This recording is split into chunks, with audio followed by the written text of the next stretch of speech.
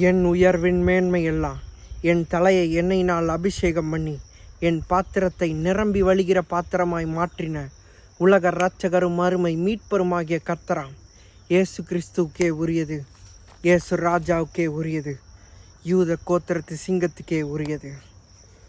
இன்றைக்கி அழைப்போட வல்லமை என்ன, அபிஷேகத்தோட வல்லமை என்ன, ஆசீர்வாதத்தோட வல்லமை என்ன அப்படின்றத பற்றி கொஞ்சம் பார்ப்போம். இது யாரோட வாழ்க்கையிலலாம் இருந்துச்சு, எப்போ ஏற்பட்ட ரிசல்ட்டை கொடுத்துச்சு, அவர்களை எப்படி மாற்றுச்சு, அவனுங்க எப்படி இருந்தானுங்க அப்படின்றதெல்லாம் பற்றி கொஞ்சம் லேசாக பார்ப்போம். இது 3rd மீட்டிங்கில் நாங்கள் பேசுனது ஆண்டவரோட வார்த்தை. அதை உங்களுக்கு இந்த வீடியோவில் நான் போட்டு விட்றேன். சரி, அழைப்பு ஆதி காலத்தில் ஃபஸ்ட்டு அழைப்பு தான் இருந்துச்சு. இந்த அழைப்பு ஆபிரகாம, பிள்ளையே இல்லாத ஆபிரகாம உலக நாடுகளுக்கு தகப்பனாக்கியது இந்த அழைப்பு.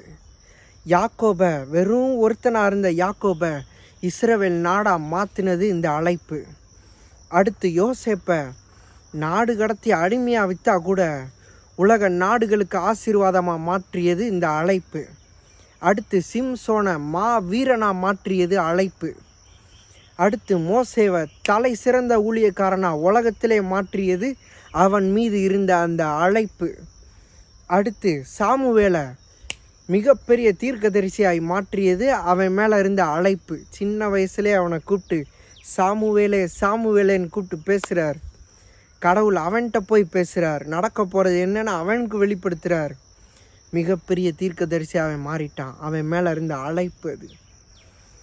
அவனை லேட்டாக பறக்க வச்சு பிள்ளையே இல்லாத அண்ணாளுக்கு பிள்ளையை கொடுத்து மிகப்பெரிய தீர்க்கதரிசியாக மாற்றிட்டார் அவர் ஆண்டவர். நோவா மேலே ஒரு அழைப்பு இருந்தது. அந்த அழைப்பு உலகமே அழிஞ்சு போனாலும், உலகத்தில் இருக்க எல்லாம் ஒளிஞ்சு போனாலும் அவன் தலையை மட்டும் உயர்த்தி அவனை பூமியில் மிகப்பெரிய உயரங்களுக்கு கொண்டு போய் அவனையும் அவன் குடும்பத்தையும் அவனோட இருந்த எல்லாத்தையும் பாதுகாத்தது அவன் மேலே இருந்த அந்த அழைப்பு. அவனை கர்த்தர் அவனை மட்டும் அழைச்சி வேலையை செய்ய சொல்லி அப்புறமா மலையை கொண்டு வர்றார் பூமிக்கு. அவன் குடும்பம் மட்டும் பாதுகாக்கப்படுது, எல்லாம் அழிஞ்சு போயிடுது பூமியில்.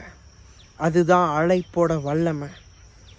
அழைப்பு பயங்கரமான ரிசல்ட்டை இவங்க எல்லாரோட வாழ்க்கையிலையும் கொடுத்துருக்கு. அடுத்து அபிஷேகம்.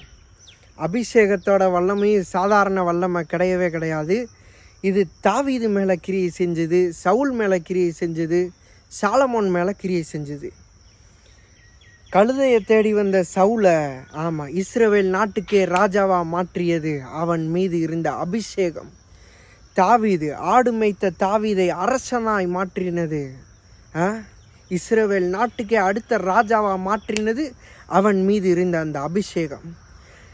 ஆடு மேய்த்த தாவீதை 16,000 பேர்களுக்கு சமமாய் மாற்றினது அவன் மேலே இருந்த அந்த அபிஷேகம். ஆலமோன உலகத்தின் தலை சிறந்த ஞானியாய சாலமோன உலகத்தின் தலை சிறந்த ஞானியாகவும் உலகத்திலே மிகச்சிறந்த ராஜாவாகவும் மாற்றினது அவன் மேலே இருந்த அந்த அபிஷேகம். இதெல்லாம் இவனுங்க வாழ்க்கையில் கிரியை செய்ய போய் தான் இவனுங்க இவ்வளோ பெரிய ரிசல்ட்டை கொடுக்க முடிஞ்சுது. சும்மா சாதாரணமாக அவனுங்க சுய பலத்தில் எதுவும் பண்ணிக்கல. தங்க பலத்தினால போய் இப்படியெல்லாம் அவனுங்க ரிசல்ட் கொடுத்துடல. அவங்க மேலே உள்ள அந்த அழைப்பு, அவங்க மேலே உள்ள அந்த அபிஷேகம் கிரியை செஞ்சுது. அடுத்து இந்த ஆசீர்வாதத்தை பற்றி பார்ப்போம். அதுவும் இந்த அழைப்பு யார் மேலெல்லாம் இருந்துச்சோ அவங்க மேலேயும் இருந்துச்சு. ஆபிரகாம், பிள்ளையே இல்லாத ஆபிரகாமை உலக நாடுகளுக்கு தகப்பனாக்கினது அழைப்பு மட்டும் இல்லை, ஆசீர்வாதமும் சேர்ந்து தான். ஒருவனாக இருந்த யாக்கோபை இஸ்ரவேலா உலக நாடாக மாற்றினது, உலகத்தில் ஒரு நாடாக மாற்றினது அவன் மேலே இருந்த ஆசீர்வாதம். யோசேப்பை உலக நாடுகளுக்கு ஆசீர்வாதமாக மாற்றினது அவன் மேலே இருந்த அந்த ஆசீர்வாதம். யோசேப்பு மேலே இருந்த ஆசீர்வாதம் பாருங்கள். அது அவனை அடிமையாக வேறு நாட்டுக்கு விற்றுட்டானுங்க, நாடு கடத்திட்டானுங்க. அங்கே எதுவுமே தெரியாது, யாருமே கிடையாது, கூட படித்த ஃப்ரெண்ட்ஸ் கிடையாது, கூட வேலை பார்த்த நண்பர்கள் கிடையாது, எவனுமே தெரியாது, என்னன்னே தெரியாது. அங்கே போய் அவன் இருக்கிறான் பாருங்க. அங்கே அவன் இருக்கிறதுனால அந்த நாட்டையே ஆசீர்வாதமாக மாற்றிட்டான். அவன் தலையை மட்டும் அந்த ஆசீர்வாதம் உயர்த்தலை, அந்த நாட்டுக்கே ஆசீர்வாதமாக அவனை மாற்றினது இந்த அவன் மேலே உள்ள அந்த ஆசீர்வாதம், முற்பிதாக்களின் மேலே உள்ள அந்த ஆசீர்வாதம். அது இவன் வாழ்க்கையில் கிரியை செய்து அந்த நாட்டுக்கே ஆசீர்வாதமாக மாறிட்டான். அந்த நாட்டையே ஆசீர்வாதமாக மாற்றிட்டான். அந்த நாடே ஆசீர்வதிக்கப்பட்டது. சுற்றி உள்ள அத்தனை நாடோட பஞ்சத்தையும் போக்குற அளவுக்கு அந்த நாட்டை ஆசீர்வதிச்சிட்டான்.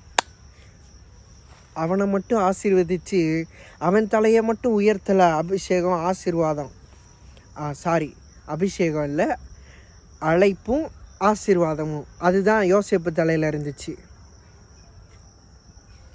அவனோட நிற்கலை, அவன் நாட்டையே ஆசீர்வதிச்சிருக்கு. ஒரு நாடே ஆசீர்வதிக்கப்பட்டிருக்கு. சுற்றி உள்ள அத்தனை நாடுகளையும் அங்கே உள்ள பஞ்சத்தை போக்கியிருக்கிறான், அதுவும் ஆசீர்வதிக்கப்பட்டிருக்கு. அதோட வல்லமை இவனை மட்டும் தாக்கலை, ஒரு நாடையே தாக்கியிருக்கு, சுற்றி உள்ள நாடுகளையே தாக்கியிருக்கு. அதான் யாக்கோபு வெறும் ஆளாக போகிறான் பாருங்க, வெறும் ஆளாக போகிறான், ஒரே ஒருத்தனாக போகிறான் லாபான்கிட்ட. அங்கே இவன் போய் ஆடு மேய்க்கிறான், 14 வருஷம் ஆடு மேய்க்கிறான். மந்த பழுகுது பெருகுது, 2 பரிவாரங்களோட திரும்ப வர்றான். வரும்போது அவன் மாமே சொல்கிறான், உன் நிமித்தம் என்ன ஆசீர்வதிச்சிருக்கிறார் கடவுள். இவன் வெறும் ஆளாக போனால் அவன் மாமனால் தானே இவன் ஆசீர்வதிக்கப்படணும். ஆனால் எல்லாம் உல்ட்டாவாக நடக்குது. யாக்கோபால் தான் அவன் ஆசீர்வதிக்கப்பட்டேன்னு அவன் சொல்கிறான் பாருங்க. உன்னால தான்ப்பா நான் ஆசீர்வதிக்கப்பட்டிருக்கேன், கடவுள் உன் நிமித்தம் என்ன ஆசீர்வதிச்சிருக்கிறாரு அப்படின்றத தெரிஞ்சுக்கிட்டேன், தயவு செஞ்சு என்னை விட்டு போகாதப்பா அப்படி சொல்கிறான் அவன் லாபான். அதனால தான் அவனை போக விட மாட்டேன்றான். அதான் அழைக்கப்பட்டவர்களோ அநேகர், எல்லாருக்கும் அழைப்பு இருந்தது. அதை யார் அங்கீகரித்தா, யார் அதை மதித்தா, யார் அதுக்கு கீழ்ப்படிஞ்சா, அவர்கள்லாம் தெரிந்து கொள்ளப்பட்டவர்களோ சிலர், அவர்கள் தான் தெரிந்து கொள்ளப்பட்டவர்கள். ஆபிரகாம் அழைப்பை வாங்கினா, அதுக்கு கீழ்ப்படிஞ்சான், அதுக்கு அங்கீகரித்தான், அதை மதித்தான், அவர் சொன்ன எல்லாத்தையும் செஞ்சான். அதனால தான் இன்றைக்கி உலக நாடுகளுக்கு தகப்பனாக இருக்கிறான். நோவா மேலே ஒரு அழைப்பு இருந்துச்சு பாருங்கள். உலக நாடுகளே அழிய போதான், உலகமே அழிய போதான். அவன் அந்த அழைப்பை அங்கீகரிக்கிறான் பாருங்கள். கப்பல் செய்ப்பா அப்படின்றாரு. மழைன்னா என்னென்னு தெரியாது அந்த டயத்தில். கப்பல்னா அப்புறம் எப்படி என்னன்னு தெரியும், கப்பல்னாலும் என்னன்னு தெரியாது. ஒரு பேழையை கட்டு, அதை இந்த சைஸில் கட்டு, அதை இப்படி உருவாக்கு, அதுக்குள்ளே என்னென்ன ஃபெசிலிட்டிலாம் இருக்கிற மாதிரி அதை பண்ணு, அதில் எத்தனை நாள் நீ இருக்கணும், உன் கூட மிருகங்களையும் உன் குடும்பத்தையும் வச்சுக்கணும் அப்படின்னு எல்லாம் சொல்கிறாரு ஆண்டவர், கைட் பண்ணுறாரு. அதுக்கு அவன் கீழ்ப்படிஞ்சு அதை அவன் மதித்து அவன் ஏற்றுக்கிட்டு அதை செஞ்சான் பாருங்க. கப்பலை கட்டிட்டு உள்ளே போயிட்டான். உலக நாடுகள் எல்லாம் அழிஞ்சு போச்சு. அவன் கூட இருந்த மிருகங்களும் பாதுகாக்கப்பட்டுச்சு. அதுக்கு கொண்டு அழைப்பு இருந்துச்சு. அந்த மிருகங்கள் இருக்குது பாருங்களேன், ஒவ்வொரு ஜோடியாக எல்லா மிருகத்தையும் உள்ளே ஏற்றி வச்சுக்கோப்பா அப்படின்னு சொன்னார் பாருங்க கடவுள் நோவாவுக்கு. அந்த மிருகங்கள் கொண்டு அழைப்பை எது அக்செப்ட் பண்ணுதோ அதெல்லாம் தப்புவிக்கப்பட்டது, பாதுகாக்கப்பட்டது. அவன் குடும்பம் பாதுகாக்கப்பட்டது, அவனும் பாதுகாக்கப்பட்டான். உலகத்தோட மிகப்பெரிய உயரத்துக்கு அவன் கொண்டு செல்லப்பட்டான். எல்லாம் அழிஞ்சு நாசமாக போயிடுச்சு, பூமியே அழிஞ்சு போயிடுச்சு, எதுவுமே இல்லை. அவன் பிராணனும் அவனோட இருந்த அனைத்து ஜீவராசிகள் பிராணனும் அவன் குடும்பம் மட்டும் பாதுகாக்கப்பட்டது. அழைப்பை அங்கீகரித்தான், ஆண்டவரோட வார்த்தைக்கு கீழ்ப்படிஞ்சான், அதுக்கு சரிங்க ஆண்டவரேன்னு சொல்லி அதை நம்பி செஞ்சான் பாருங்க. அவன் ஒருத்தன் மட்டும்தான் உயிர் தப்பிச்சான். கடைசியில் அவனும் அவன் குடும்பமும் அவனோட பேழையில் ஏறின மிருகங்களும் பாதுகாக்கப்பட்டது. மற்ற பூமியில் இருந்த எல்லாம் அழிஞ்சு போச்சு. இனிமேல் நான் உலகத்தை அழிக்க மாட்டேன்ப்பா இப்படின்னு தான் வானவில்லை வைக்கிறார். என் வில்லை நான் அடையாளமாக வைக்கிறேன் அப்படின்னு சொல்லி. அடுத்து அபிஷேகம், ஆசீர்வாதம், அழைப்பு, அபிஷேகம், இது மூணுமே வேறு வேறு தான். ஆனால் இதில் இந்த அபிஷேகம் மட்டும் ஃபிசிக்கலாக நடக்குது. எத்தனையோ 1000 கோடி பேர் இருக்கிறான், எத்தனையோ நடிகர்கள் இருக்கிறாங்க, சினிமா துறையில் இருக்கிற உச்ச நட்சத்திரங்கள் இருக்கிறாங்க, பதவியில் இருக்கிறவங்க இருக்கிறாங்க, அதிகாரத்தில் இருக்கிறவங்க இருக்கிறாங்க. அவனுங்க கண்ணை சச்சா அத்தனைக்கு கீழ்ப்படிஞ்சு என்னென்னமோ செய்கிறதுக்கு எத்தனையோ பேர் இருக்கிறானுங்க. அவ்வளோ பெரிய ஆட்களுக்கு நடுவில், இத்தனை மில்லியன் ட்ரில்லியன்ஸ் ஆஃப் பீப்புளுக்கு நடுவில் ஒரே ஒருத்தன் தலையில் போய் ஆண்டவர் அபிஷேகத்தை வைக்கிறாரு பாருங்க. தீர்க்கதரிசி அனுப்பி ஃபிசிக்கலாக நடக்கும். அதை இன்னென்ன பொருட்களை போட்டு தயாரிக்கணும், அதை இவன் தான் தயாரிக்கணும், அதை தீர்க்கதரிசி தான் தயாரிக்கணும், வேறு யாரும் தயாரிக்கக்கூடாது, அதை இப்படி தான் தயாரிக்கணும் அப்படின்னு ஸ்பெஷலாக உருவாக்குவாங்களாம். அதை போய் ஒருத்தன் தலையில் ஊற்றிட்டா தொலைஞ்சுது. அடுத்து சீனே வேறு மாதிரி. இந்த அபிஷேகம் தான் சாதாரண ஆடு மேய்ச்ச தாவீதை 16,000ங்களுக்கு சமமாக மாற்றுது. சாதாரண ஆடு மேய்ச்ச தாவீதை உலக நாட்டில் மிகப்பெரிய ராஜாவாக மாற்றுது. இந்த அபிஷேகம் தான் 1000 பேரை கல்யாணம் பண்ண வைக்குது சாலமோனை. அந்த அபிஷேகம் தான் தலை சிறந்த தேவாலயத்தை கட்டுறதுக்கு சாலமோனுக்கு உதவி செய்யுது. எல்லாத்தையும் ஸ்பெஷலாக பண்ணுறான், பயங்கரமாக பண்ணுறான். வேறு மாதிரி ரிசல்ட்டை வாழ்க்கையில் கொடுக்குறான் சாலமோனு. அந்த அபிஷேகம் கிரியை செஞ்சுது. இந்த முற்பிதாக்கள் மேலெல்லாம் ஆசீர்வாதமும் அழைப்பும் கிரியை செஞ்சுது. இதில் 3ல் ஏதாவது ஒன்று இருந்தாலே வேறு மாதிரி இருக்கும் வாழ்க்கை. ரிசல்ட்டு வேறு மாதிரி இருக்கும். அவனை எவனும் தடுக்கவே முடியாது, அவனை நிப்பாட்டவே முடியாது, அவனை என்ன செஞ்சாலும் ஒன்றும் செய்ய முடியாது. அவன் பெரிய ஆள் ஆகிறத எந்த கொம்பனாலையும் தடுக்க முடியாது. எத்தனை சக்தி சேர்ந்தாலும் ஒன்றும் கலட்ட முடியாது. ஒன்றும் ஒரு மண்டையில் இருக்க மசுரை கூட எவனை ஆட்ட முடியாது, அசைக்க முடியாது. கடவுளோட வல்லமை அவன்கிட்ட வெளிப்படும். ஆசீர்வாதம் மூலமாக, அபிஷேகம் மூலமாக, அழைப்பு மூலமாக வெளிப்படும். அவனை எவனும் என்ன செஞ்சாலும் நிப்பாட்டிக்கிறவே முடியாது. இதில் 3ல் ஏதாவது ஒன்று இருந்தாலே வாழ்க்கை வேறு லெவலில் இருக்கும், வேறு மாதிரி இருக்கும். இதில் 3ல் 2 இருந்திருக்கு ஒரு சில பேருக்கு, ஒரு சில பேருக்கு 1 இருந்திருக்கு.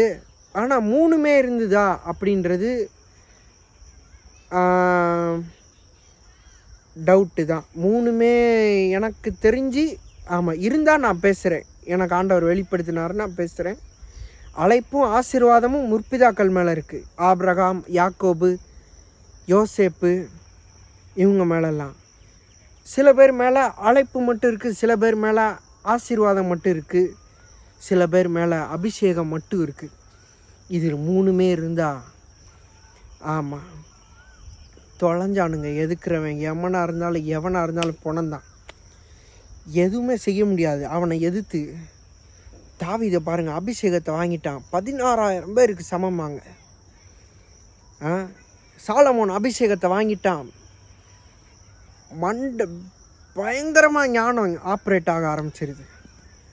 பயங்கரமான ஞானியா, மிக தலை சிறந்த ராஜாவாக மாறிட்டான். இதில் 3ல் ஏதாவது ஒன்று இருந்தாலே அவ்வளோதான், தொலைஞ்சது கதை. எதுக்குறவன் எல்லாம் ஒன்றுமே பண்ண முடியாது. அவனை பகைச்சாலே ஆமாம் தொலைஞ்சானுங்க அப்படின்னு தான் அர்த்தம். இது 3மே ஒருத்தர் வாழ்க்கையில் இருந்துச்சுன்னா சோழி முடிஞ்சிச்சு. ஆமாம், எவனும் எதுவும் கலட்டவே முடியாது. ஆமாம், முடிஞ்சுது சீனு.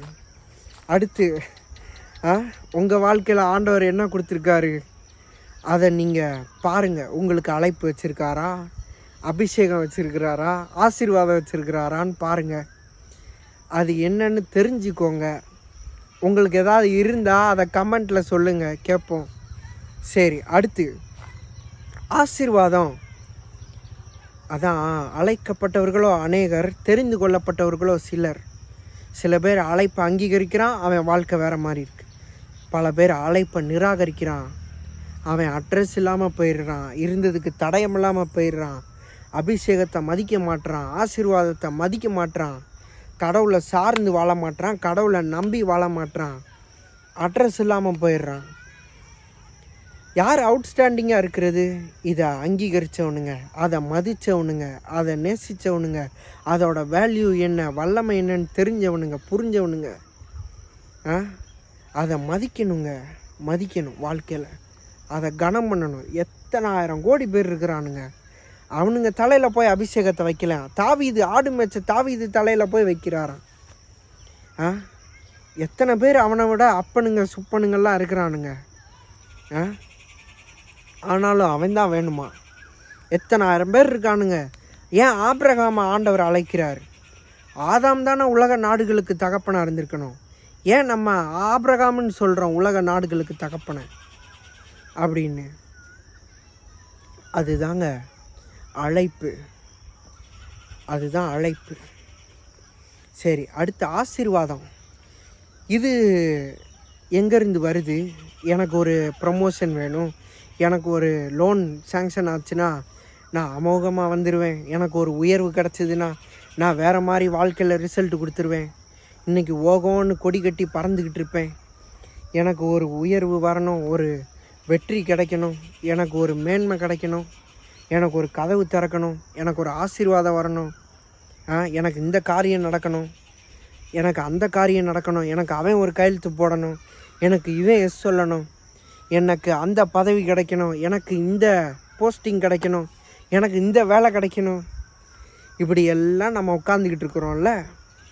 இது எங்கேருந்து வருது ஆக்சுவலாக அப்படின்னு நம்ம பார்த்தோன்னா, நன்மையான எந்த ஈவும் பூரணமான எந்த வரமும் அது சோதிகளின் பிதாவினிடத்திலிருந்து இறங்கி வருகிறது. ஆசீர்வாதம் மனுஷனுங்க கையில் கிடையாது, அவன் கையெழுத்தில் இல்லை, அந்த கதவுல இல்லை ஆசீர்வாதம், அந்த பதவியில் இல்லை, இந்த போஸ்டிங்கில் இல்லை, அந்த லோனில் இல்லை. இவனுங்க எஸ் சொல்கிறதுனால நம்ம ஆசீர்வதிக்கப்பட போகிறது கிடையவே கிடையாது. அவர் எஸ் சொல்லணும். அவர் எஸ் சொல்லிட்டாருன்னா இவன் கையெழுத்து போட்டுருவான், அந்த கதவு திறந்துடும், அந்த போஸ்டிங் கிடச்சிரும், இந்த லோன் சேங்ஷன் ஆயிரும், எல்லா உயர்வு கிடச்சிரும், வளர்ச்சி கிடச்சிரும், வெற்றி கிடச்சிரும், மேன்மை கிடச்சிரும், அங்கீகாரம் கிடச்சிரும், மகிமை கிடச்சிரும், வளர்ச்சி, வாழ்வு, உயர்வு, வெற்றி, மேன்மை, எல்லா செழிப்பு, ஆசீர்வாதம் தலைவிரித்து தாண்டவமாட ஆரம்பிச்சிரும் நம்ம வாழ்க்கையில். அதுக்கு யார் எஸ் சொல்லணும்? இவனுங்க கிடையாது, இவனுங்க கையெழுத்தில் கிடையாது, இந்த லோனில் கிடையாது, அந்த போஸ்டிங்கில், இந்த ஜாபில், அந்த பிஸ்னஸில். இதெல்லாம் கனெக்டான விஷயந்தான் நம்ம வாழ்க்கை, இல்லைன்னு நான் சொல்லலை. இது ஒரு மீடியமாக இருக்குது, இது ஒரு பாதையாக இருக்குது. ஆனால் ஆசீர்வாதம் எங்கேருந்து வருது? அது ஆண்டவர்கிட்ட இருந்தாங்க வருது. உயர்வு எங்கேருந்து வருது? அதுவும் ஆண்டவர்கிட்ட இருந்தால் வருது. வெற்றி, வளர்ச்சி, வாழ்வு, மேன்மை, செழிப்பு, உயர்வு எல்லாம் அவர்கிட்ட இருந்தால். நன்மையான எந்த ஈவு சோதிகளின் பிதாவின் இடத்திலிருந்து பூரணமான எந்த வரமும் அவர்கிட்ட இருந்து இறங்கி வருது. இவனுங்க கிட்ட கிடையாது. இவனுங்க சம்மந்தப்பட்டிருக்கானுங்களே தவிர இவனுங்க போடுறது கிடையாது கையெழுத்து. அதான் பார்வோன் மோசே விவகாரத்தில் நம்ம பார்த்தோன்னா, அவர் எஸ் சொன்ன உடனே இவன் எஸ் சொல்லிடுறான். பார்வோன் அவர் நோ சொல்கிறாரு, இவன் 10 தடவை நோ சொல்கிறான். போன செய்தியில் அதை நீங்கள் கேட்டிருப்பீங்க. அப்போ எனக்கு எஸ் சொல்லணும், எனக்கு அங்கீகாரம் கிடைக்கணும், உயர்வு வரணும், வெற்றி வரணும், வளர்ச்சி வரணும், வாழ்வு வரணும், செழிப்பு வரணும், ஆசீர்வாதம் வரணும், அந்த ஜாப் கிடைக்கணும், இந்த லோன் சேங்ஷன் ஆகணும், அந்த போஸ்டிங் கிடைக்கணும், ஒரு பிஸ்னஸ் டீல் ஓகே ஆகணும். எல்லாமே அவர் எஸ் சொல்லிட்டாருன்னா நடந்துடும், ஒரே நொடியில் நடந்துடும். அவர் நோ சொல்லிட்டாருன்னா அது வரைக்கும் நோலே தான் இருக்கும். ஒருவேளை ஆண்டவர் நம்மளை தயார்படுத்திக்கிட்டு இருக்கலாம், இல்லை இன்னும் மேன்மையான ஆசீர்வாதத்தை தயார்படுத்திக்கிட்டு இருக்கலாம். ஆமாம், போன செய்தியில் அதை நான் பேசினேன். அப்போ ஆசீர்வாதம் மனிதர்கள் கையில் கிடையாது, வேலையில் கிடையாது, பிஸ்னஸில் கிடையாது, கையெழுத்தில் கிடையாது, லோனில் கிடையாது, பேங்க்கில் கிடையாது. அது ஆண்டவரோட கரத்தில் இருக்குது. அவர் கொடுக்க நினச்சாருனா தான் அது நம்மக்கிட்ட வரும். அதை தெரிஞ்சுக்கோங்க, புரிஞ்சுக்கோங்க. சரி, கடைசியாக இன்னும் ஒரே ஒரு வசனத்தை மட்டும் நான் சொல்லி முடிச்சிடுறேன். என்னென்னா, இயேசு கிறிஸ்துவை பிடிக்க வர்றாங்க. பேதுரு பக்கத்தில் இருக்காப்புல. பேதுரு வேறு டென்ஷன் பார்ட்டி, இயேசுவை ரொம்ப நேசிக்கிற ஆள் வேறு, கையில் டூல்ஸோடு இருக்காப்புல, கத்தி வச்சுருக்கிறாப்புல. இவனுங்க எல்லாம் சுற்றின உடனே அவர் உடனே பேதுரு டப்புன்னு அப்படியே கத்தியை உருவிட்டாப்புல சரட்டுன்னு. எவன்டா அது எங்கள் தலைவன் மேலே கை வைக்கிறது அப்படின்ட்டு. உடனே, தம்பி, ஆமாம், என்ன தம்பி டூல்ஸை உருவுறீங்க? இயேசு கிறிஸ்து பேதுருவை பார்த்து சொல்கிறார், கத்தி எடுக்கிற பார்த்து, அந்த டூல்ஸை உள்ளே வைங்க தம்பி. ஆமாம், என்ன டூல்ஸை உருவுறீங்க? டூல்ஸை உள்ளே வைங்க தம்பி, அதை உள்ளே வைங்க. பட்டயத்தை உன் உரையிலே போடுக, பட்டயத்தை எடுக்கிறவன் எவனும் பட்டயத்திலே சாவான் அப்படின்னு சொல்கிறாரு. அவர் அடுத்து இன்னொன்று சொல்கிறாரு, இப்பொழுதும் நான் என் பிதாவை நோக்கி வேண்டிக் கொண்டால் அவர் 12 லேகியோனுக்கு அதிகமான தேவ தூதர்களை என்னிடத்திற்கு அனுப்ப மாட்டார் என்று நீ நினைக்கிறாயா அப்படின்னு அவனை பார்த்து கேட்குறாரு. வேற மாதிரி கேள்வி கேட்டிருக்கிறாரு, வேற மாதிரி பேசியிருக்கிறாரு இந்த இடத்துல. அவர் என்ன கேட்குறாருன்னா, ஒரு லேகியோனே பெரிய குரூப் ஆஃப் டெவில்ஸ் அப்படின்னு பைபிள், அது பயங்கரமான பிசாசு அப்படின்னு பைபிள் மென்ஷன் பண்ணுது. அது பெரிய குரூப்பு அப்படின்னு சொல்லுது பைபிள். இவர் என்ன கேட்குறாரு, 12 லேகியோனுக்கு அதிகமான தேவ தூதர்களை இப்போ நான் ஒரு ஜபத்தை போட்டேன்னா அவர் என்கிட்ட அனுப்ப மாட்டாராப்பா தம்பி? என்ன தம்பி டூல்ஸை உருவுறீங்க? நம்ம பயல்கள்லாம் வேறு மாதிரி டூல்ஸை வச்சுட்டு உட்காந்துட்டு இருக்கானுங்க. கண்ணை காமிச்சா ஆமாம் வந்து கஞ்சி ஆக்கிட்டு போயிடுவானுங்க. வலிச்சு அள்ளிடலாமா தலைவா? வலிச்சா கூட அள்ள முடியாது தம்பி. என்ன தம்பி நினச்சிக்கிட்டு இருக்கிறீங்க எங்களை பற்றி? அப்படி பேசிகிட்டு இருக்கிறாரு. பாய்ஸ் அசம்பிள் வித் யுவர் டூல்ஸ்னா போதும், நோ ரூல்ஸ் ஒன்லி டூல்ஸ் அப்படின்னு முடிச்சிட்டோம்னா சிக்கிறவனெல்லாம் சின்ன பின்னமாக்கிட்டு போயிடுவானுங்க. நான் அப்படி செஞ்சேன்னா என்னை பற்றி எழுதப்பட்டிருக்கிறதுலாம் எப்படிப்பா நடக்கும்? நான் சிலுவையில் மறித்து 3ஆவது நாள் உயிர் தெழுவேன்னு எழுதி வச்சுட்டு போயிட்டுருக்கானுங்க, தீர்க்க தரிசனம் சொல்லிட்டு போயிட்டானுங்க. அதெல்லாம் எப்படிப்பா நடக்கும் அப்படின்னு அவனை கேள்வி கேட்குறாரு. இப்போ நடக்கிறத நடக்க விட்டுரு, நான் ஒரு 3 நாளில் ரிட்டர்ன் வந்துடுவேன், பேசாமல் போய் உட்காந்து வேடிக்கை மட்டும் பார்ப்பா அப்படின்னு சொல்கிறாரு அவன்கிட்ட. ஒரு ஆர்மியவே என்னால் இறக்க முடியும். இப்போ இறங்கினானுங்கன்னா வேறு மாதிரி சம்பவம் பண்ணிட்டு போயிடுவானுங்க அப்படின்னு சொல்லி பேதர்கிட்ட பேசுகிறாருங்க அவர். இப்படி அவர் பேசி நான் எங்கேயுமே பார்த்ததே கிடையாது. ரொம்ப வித்தியாசமாக இருந்துச்சு இந்த ஒரு வசனம். சரி, நம்ம இப்போ ஒரு ப்ரேயர் பண்ணி முடிச்சிடலாம். சர்வ வல்லவரே, சாவை வென்றவரே, யெகோவா ஈரே, எல்லாவற்றையும் பார்த்து கொள்கிறவரே, இதை பார்க்குற ஒவ்வொரு ஆத்மாவையும் கர்த்தர் ரட்சிங்க. தேவ தயவும் கிருபையும் அன்பு இரக்கமும் ஐஸ்வர்யமும் ஆசீர்வாதமும் இவர்கள் வாழ்க்கையில் வெளிப்படட்டும். பரிபூரண சுகம் உண்டாகட்டும். கட்டுகளெல்லாம் எரிந்து சாம்பலாகட்டும். பரிபூரண விடுதலை உண்டாகட்டும். தேவ தயவும் இரக்கமும் மகா பயங்கரமாக இவர்கள் வாழ்க்கையில் வெளிப்படட்டும். தேவனுடைய ஆசீர்வாதம், தேவனுடைய அழைப்பு, அபிஷேகம் இவர்கள் வாழ்க்கையில் மிகப்பெரிய தாக்கத்தையும் மாற்றத்தை ஏற்படுத்தட்டும். இயேசு கிறிஸ்துவின் நாமத்தினால கர்த்தர் பரிபூரண விடுதலையும் ஆரோக்கியத்தையும் சௌக்கியத்தையும் சுகத்தையும் தேவன் நீர் கட்டளையிடுவீராக. இளைப்பாறுதலை தேவன் கட்டளையிடுவீராக. வருத்தப்பட்டு பாரம் சுமக்கிறவர்களே, நீங்கள் எல்லோரும் என்னிடத்திற்கு வாருங்கள், நான் உங்களுக்கு இளைப்பாறுதல் தருவேன் என்று எழுதியிருக்கிற வார்த்தைகளின்படி இளைப்பாறுதல் உண்டாகட்டும். கர்த்தருக்கு காத்திருக்கிறவர்களோ புதுப்பலன் அடைந்து கழுகுகளைப் போல செட்டைகளை அடித்து உயர எழும்புவார்கள். அவர்கள் நடந்தாலும் இளைப்படையார்கள், ஓடினாலும் சோர்ந்து போவார்கள் என்று எழுதியிருக்கிறபடி இயேசுவின் நாமத்தினால இதை பார்க்கிற ஒவ்வொருத்தருக்கும் உண்டாகட்டும். தேவ பலன் இவர்களை மென்மேலும் நிரப்பட்டும். மகிமையின் மேல் மகிமையும் கிருபையின் மேல் கிருபையும் இவர்கள் வாழ்க்கையில் தலைவிரித்து தாண்டவமாடட்டும். தேவ அன்பினால் கர்த்தர் நிரப்புங்க. தேவன் பேரின்ப நதியினாலும் தேவ சமாதானத்தினாலும் நீர் மென்மேல் இவர்களை நிரப்புங்க. நித்திய மகிழ்ச்சி இவர்கள் தலையின் மேல் தங்கி இருக்கட்டும். சஞ்சலமும் தவிப்பும் ஓடி போகட்டும். உயர்வு, வெற்றி, வளர்ச்சி, வாழ்வு எல்லாம் இவர்கள் வாழ்க்கையில் மூலமாக கடந்து செல்லட்ட இயேசு கிறிஸ்துவின் நாமத்தினால. அத்தனையும் தருகிறவர் நீர் என்பதை இவர்களுக்கு விளங்க பண்ணுவீராக. ஏற்ற வேளையில் நீர் அதினதின் காலத்தில் நேர்த்தியாய் செய்திருக்கிற கர்த்தர் என்பதை வெளியரங்கமாக்குவீராக. ஆசீர்வதித்து இவர்கள் தலையை உயர்த்துவீராக. தேவ கிருபையும் அன்பு இரக்கமும் என்னால் இவர்களை சூழ்ந்து கொள்ளட்டும். தேவன் நீர் சொன்னதை செய்யுமளவு இவர்களை கைவிடுகிற தேவனே அல்ல என்பதை விளங்க பண்ணுவீராக. இவர்களிடத்தில் நற்கிரியை துவங்கியவர் அதை முடிக்க வல்லவராயிருக்கிறீர் என்பதை வெளியரங்கமாக்குவீராக. இவர்கள் வாழ்க்கையில் கர்த்தர் என்னால் துணை இருப்பீராக. ஆசீர்வதித்து நடத்துவீராக. எல்லா விதமான தேவ துணையும் தேவ அன்பும் தேவ தயவும் இவர்கள் வாழ்க்கையில் வெளிப்படட்டும்.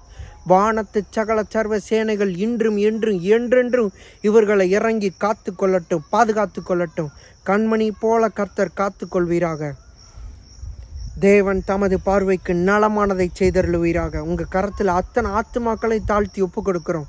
இதை பார்க்கிற ஒவ்வொருத்தரையும் கர்த்தர் நீர் அவர்களை விசாரிக்கிறவராயிருக்கிறபடியால் அவர்கள் கவலைகளை எல்லாம் உம்மீது வைக்க கர்த்தர் நீர் துணை செய்வீராக, கிருபை செய்வீராக, இரக்கம் பாராட்டுவீராக. இயேசு கிறிஸ்துவின் மூலம் என்னாலும் எங்கள் சத்தத்துக்கு செவி கொடுத்த எங்கள் ஜீவனுள்ள நல்ல நல்ல நல்ல பிதாவே, ஆமேன். தேங்க்யூ ஃபார் வாட்சிங்.